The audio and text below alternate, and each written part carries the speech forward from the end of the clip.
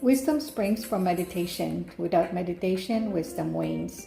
Having known these two paths of progress and decline, let one so conduct oneself that one's wisdom may increase.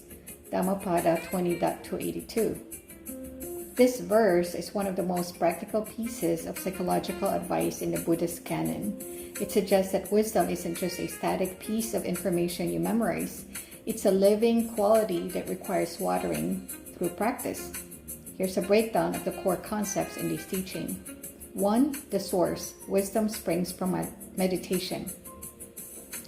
In this context, the Pali word for the meditation is bhavana, which literally means development or cultivating. Intellectual versus experiential.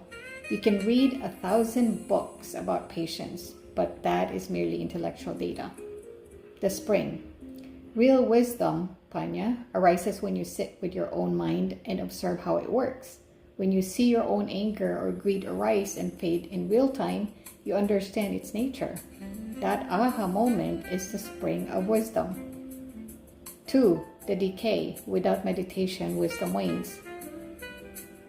The Buddha is being a bit of a realist here. He's putting out that the mind has a natural tendency toward entropy or clutter. Mental rust. Just as an unused muscle atrophies, a mind that doesn't practice mindfulness becomes clouded by old habits, biases, and reactive emotions. Loss of perspective. Without the check-in of meditation, we lose the ability to see things clearly and start taking our own stressful thoughts as absolute truths again. 3. The two paths. Progress versus decline. The verse categorizes life into two very simple directions. It strips away the complexity of luck or fate and puts the steering wheel in your hands. So the path of progress, consistent mindfulness and reflection. The result is clarity, emotional stability, and insight. The path of decline is mental laziness or distraction. The result, confusion, reactivity, and suffering. 4. The call to actions, so conduct oneself.